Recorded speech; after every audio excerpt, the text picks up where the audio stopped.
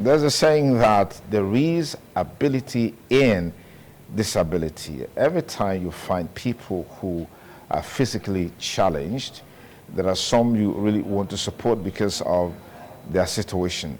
But there are those, in spite of their situation, they are not deterred, they are not impaired, they are not encumbered in any way in also contributing their quarter to the society and even helping others in need.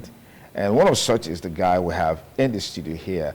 His name is Sunday Samuel Obey, who is a human rights activist, an advocate of the plight of physically challenged persons, especially those who are sight impaired. Sunday Obey, thank you for joining us on the program. It's good to have you here. Good morning, Mr. Sanidi. Good morning. Okay, let's just talk briefly about your journey. I know you are sight impaired, but that hasn't been a challenge to you in terms of acquiring education, in terms of helping others who are in need and all of that. So how were you able to develop yourself to this level in life? And actually, thank God for the gift of life. Though actually I was not born blind. Oh, you were not born blind? No. Interesting. So what happened? As time goes on, in life we always have difficulties and challenges. And it didn't happen, I think, in 2015, if I'm not mistaken, when I finally found myself that the sight, though from a little age, I begin to have the difficulties of reading, of having a long vision. But because of, let me just say, lack of finance for my family, they were not able to conduct the surgery. But I tried to manage myself in life. Though I have some skills, I was very happy this morning when we were talking about having a skills acquisition. Mm-hmm. Though then, when I was sighted, I have a skills acquisition. Even then, when I was going to secondary school at then. But 2015, I just found myself maybe after I just wake up and during the afternoon, I think after the presidential election of President Muhammadu Buhari, I found out that I can't really see anything again. The vision is it's not there again. Interesting. So how were you able to, run through that stage of life? And I know you're a graduate, and I know you're also into business and doing a lot of stuff. How were you able to navigate your way through life? Then, during my secondary school, though at that time I dropped out. You had to drop out of school? Yes. But before I finally got blind, I already dropped out from secondary school then. Because then I attended. Did you drop out because you were sight impaired? Yes. Or because, okay, that's why you dropped out of school? Challenges of writing and reading, it was really a difficult thing for me to cope with. Because then I attended Dopolo Grammar School at Tinubu here. Because of the challenges of reading and writing, I have to drop out. But then I have the opportunity to go back to school then. Though because I was a little bit sighted, we Nigerians, we have this mindset that once if somebody tells you something and you are not okay, when you begin to rebuke. Then when they introduced me to the special school at the Yogbe College, though I was a little bit sighted, I begin to rebuke it that I don't want to go to a blind school. Yes. I begin to be, no, why would I go to a blind school? No, it's not possible. I'm sighted now. Yeah. People say, no, go there from there. Because there are some equipment you can use to write and also read. I said, no, I'm sighted. But I prefer not to go to school, then I continue with my work. But because of the passion, then I do follow you. I think since if I'm not mistaken, 2009, I'll be following on radio and TV. Wow. Yes. Wow. Yeah. That's a long, long time. I think you also with Mr. Sir Jackie Pius and the Bello, I do follow people. I have that mindset of one day I want to, also be on a live TV show like this. Yes. Because of after close to 10 years staying at home, I have to go back to school. After 10 years? Yes. You went back to school? Yes. I went back again. And when I went back to the special school, they told me because the time I drop out from secondary school is too long. Yeah. I have to start again from J3. Wow. JSS 3? Yes. What class were you when you dropped out? I was process of enrolling my SS3 exam. Wow. Wow. Wow. So you started from GSS 3? Yes, all over? Yes, I said because they will have to put me on 1 year rehabilitation. Then I have to go to learn the braille and the typewriter. Yeah. I have no option. That to accept? I just have to accept. Do you have any regret, taking that decision? No, no. I'm very happy. So what did it do for you exactly? Going to the special school actually exposed me to so many things which I can actually do myself. Because first of all, I came here myself. You drove here. I entered the public transport. You came here yourself, yes, from your house, yes, without any aid, without any support. Yes, just because already I've been trained how to assist myself. Once I get prepared, if I'm going to anywhere, without depending on any person, be a burden to anybody, you have to train yourself in so many things so that there are some important things you like to do in your life. Person will not be there to assist you. Absolutely. You just have to assist yourself. Absolutely. Yes. Absolutely. Okay, so talk to me about the state of that school and what efforts have you made on a personal level to contribute to some of the things happening in that school. And talk to me about your quest for further education and all of that. Yes, already before now I've told you some certain things. Because of the passion I have, after I went back to school after 10 years, I think after 10 years if I'm not mistaken, the process of learning as a blind person actually is not easy. Mostly when you are not born blind. Because if you are born blind, you start from the primary, it's easy for you to cope. Not when after you have getting mature to some certain age, you are trying back to adapt to some certain level, some certain things in life again. It was actually difficult for me to adapt. And the process of my learning, it was not also easy.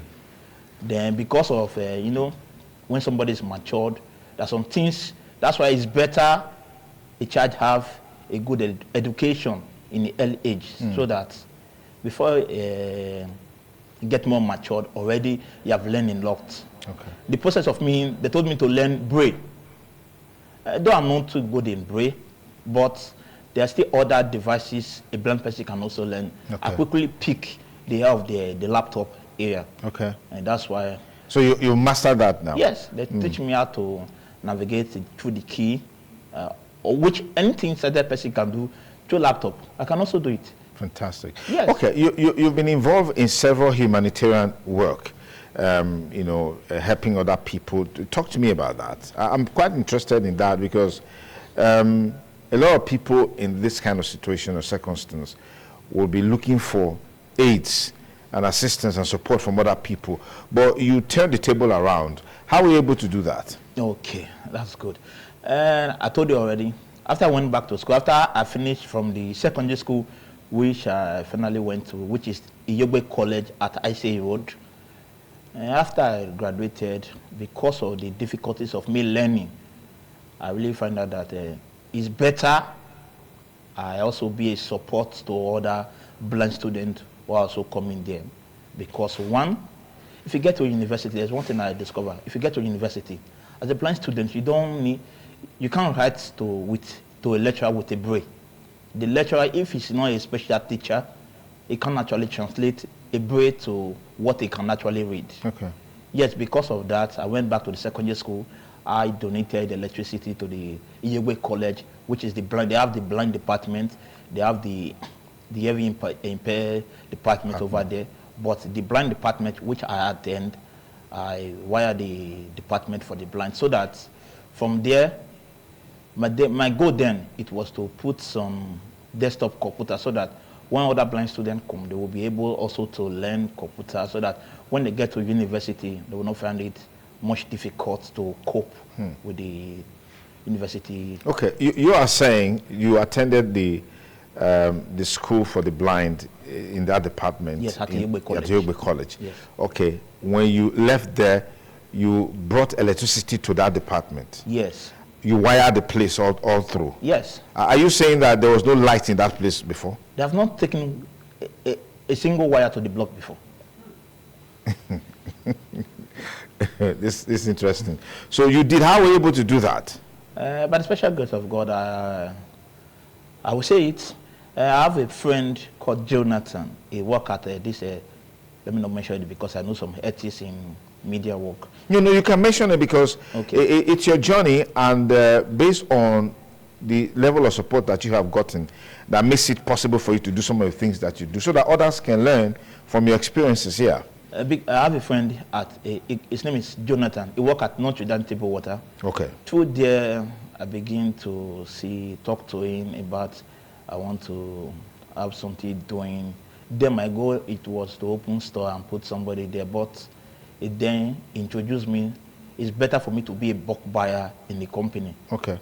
Then from there, I started, though it was not actually easy when I started as a bulk buyer, because even when I was going through the secondary school, that was when I started as a bulk buyer in Notre Dame Table Water. From there, I began to save some income. Even before I did that project, I saved for 2 years before I finally installed electricity there. Then he now introduced me to the MD of Notre Dame Table Water. From there, I do get a little support from there. And through a job, I attended a computer training.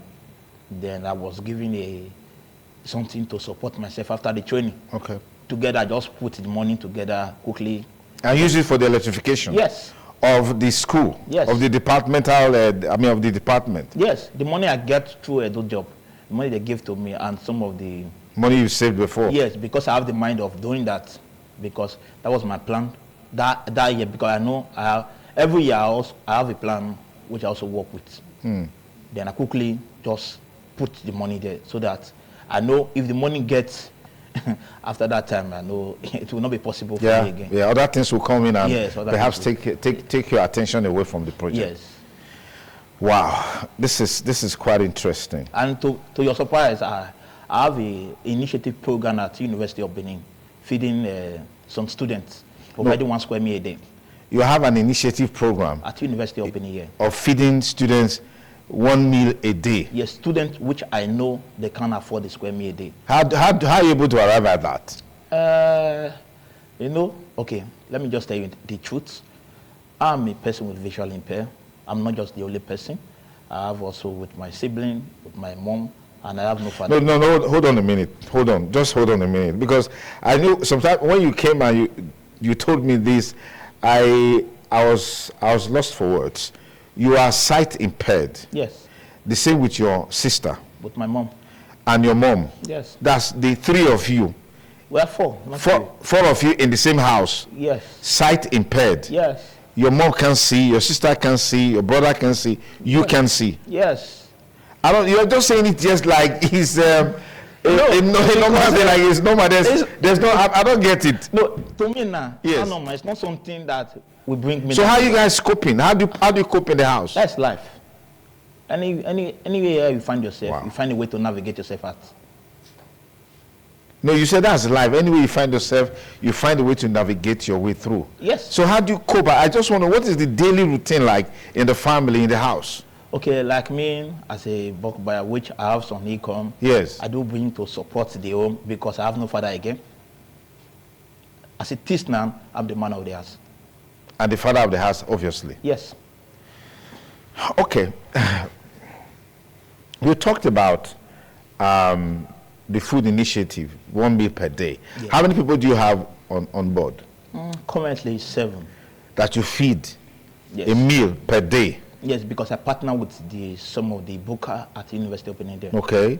Yes, it's just because that is the 7 people is what me myself I can afford. You can afford. Yes. If you have more resources, you certainly will do more. Yes, and this initiative program is not just for people with disability, both able people and people with disability. So you have able people among the 7 people that you feed yes. a meal per day? Yes, it's not only people with disability are suffering.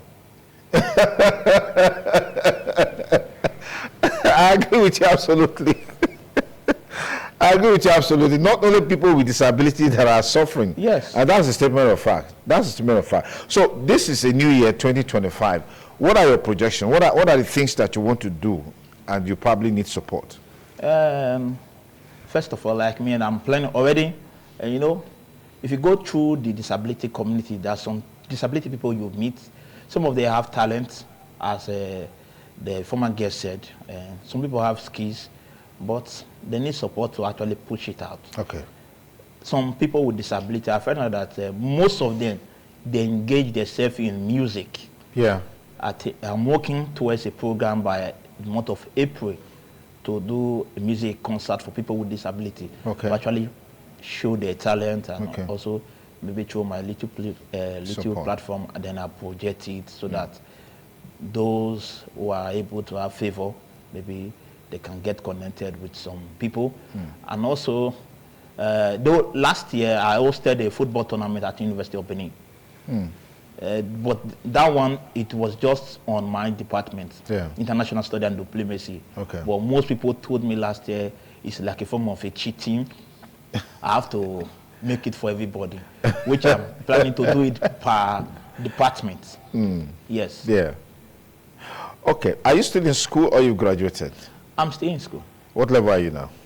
I mean, looking at the fact that you're doing a whole lot of things at the same time, you're still in school. How are you able to cope with all of the activities and your academics? I do get support from, the only person I get support from, apart from the ND of Notre Dame Table Water, I don't get support from anybody. It's because of some of my experience in life, some of the challenges I passed through. My dad, when he was alive, he always told me, if you have, you must not finish everything before you will be satisfied. You have to share.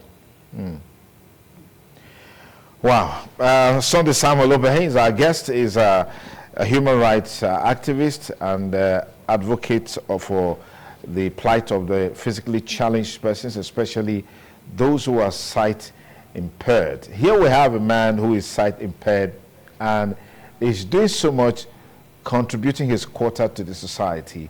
And here you are, perhaps one challenge or the other you think is the end of the world. I mean, this guy, if he's had an opportunity to talk to the young doctor who, committed suicide in the U.S. over the child support money that the court granted his wife against him, I'm probably sure he would have such a huge inspiration. Just to think that Sunday Samuel Obehe is not the only blind person in his house. The mom is blind, the sister is blind, the brother is blind, 4 of them blind people in the same house. But he doesn't seem to be bothered. He's just convinced that, in spite of these challenges, as the man of the house, he needs to take care of everybody, and he's doing it. With the little support that he's getting here and there, is out there, making things happen for other people. And it's a prayer for you that whatever you made happen for others, God will make it happen for you. Amen. And whatever venture or project that you're on, be rest assured that these are things that we also love to support and identify with. Before I met Sunday Obehe, there was a day I was at home. Somebody called me on the phone. I said, "Oh, Sonny Duke, I love what you're doing. I love your show and all of that." We just chatted. And I said, "Okay, send me your account number." A lot of people do that just to appreciate what you're doing. Then he now sent me 5,000 naira. So I saw the alert. I was grateful. I called him and then we spoke and appreciated him. But the interesting thing is that we've never met, so I didn't even know who the person was until you came. I said, "Can you remember?" Interesting, you didn't introduce yourself as something. He uses a pseudonym. Yes, Media Prefect. Media Prefect. That's what he calls himself. Sometimes when we have our live shows, he calls you and all of that. And he now said, "Can you remember one time a guy by the name Media Prefect?" I said, "I remember. I used to contribute to your show and all of that." It's okay. And somebody now sent you 5,000. I remember, he said, "I'm the one." I was just overwhelmed. Thank you so much. Thank you so much. What are your parting words? Because we need to use opportunities like this to inspire other people, to talk to other people, motivate other people about life. What are your values that have inspired you? What are those things that have sustained you? What are those things that keep you going? How are you able to manage your daily life in spite of the challenges in Nigeria, particularly the economic situation in Nigeria? Just talk to somebody. Yes, one thing I believe, which I know, I do say to myself every day in life, what I cannot do myself, or what I cannot do to take it away from myself, I don't disturb myself about it. In life, it's normal to worry, but I need to worry less. You worry, but you worry less. Anything you cannot do yourself, you don't need to disturb yourself about it. And in life, what I've been keeping me is that because I was not impaired before, I always encourage myself that I will not be a burden to anybody. For me to be a burden, let me be the one giving assistance to people. Because I've seen some people with disability, they're actually doing well. I can also be like that. I can even do more than them. That's why any little bit opportunity I have, I try to make use of that opportunity very well. Before some people know me as media prefect, I don't call on radio. And you're sure I'll be following both TV and radio. I try to monitor the show the way it is, and the way some people construct their word, the way sometimes, like my very good friend Wincy, who always tell you, control your emotion and all of them. I do take notice of all that. Then try to also, when I call, try to be constructive with my words, not to be abusive and all of them. That's why I became the name media prefect. And became the name, answering the name media prefect. There are a lot of responsibilities attached to that name.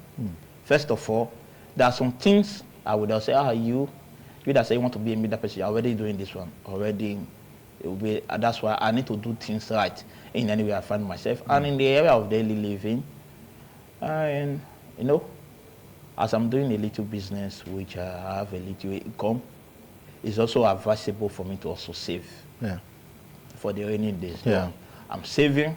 I'm also trying to, from that saving, giving assistance, but I try also to make sure I don't do anything that will also affect me, because I have people under me, which my father left behind for me to take care of.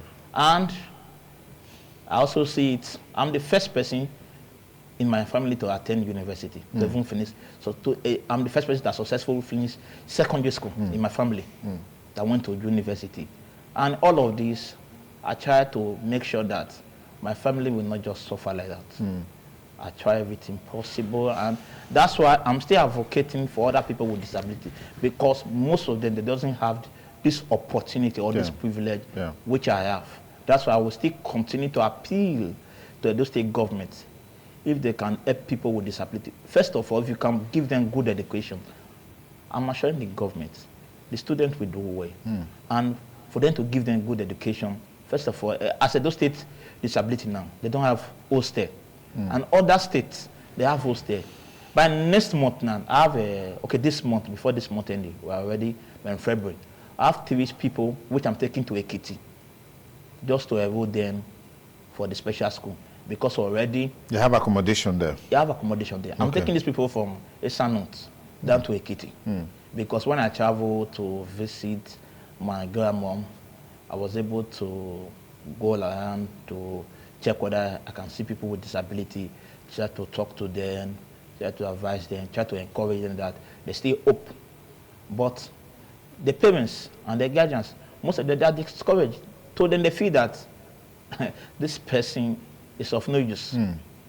But I've told them that there are a lot of things which they can do. If you bring these people together, when they see their other mates, they are doing well. They'll be inspired. Yes, they will try to put more effort also to do well. All right. Thank you very much, Obey Sunday. It's a delight to have you here. And we are very, very, inspired by your story. And we pray God grants you the grace to do more, and we'll continue to give you all the needed support to actualize your dreams and your potentials. Thank you so much for coming on this show. Thank you very much.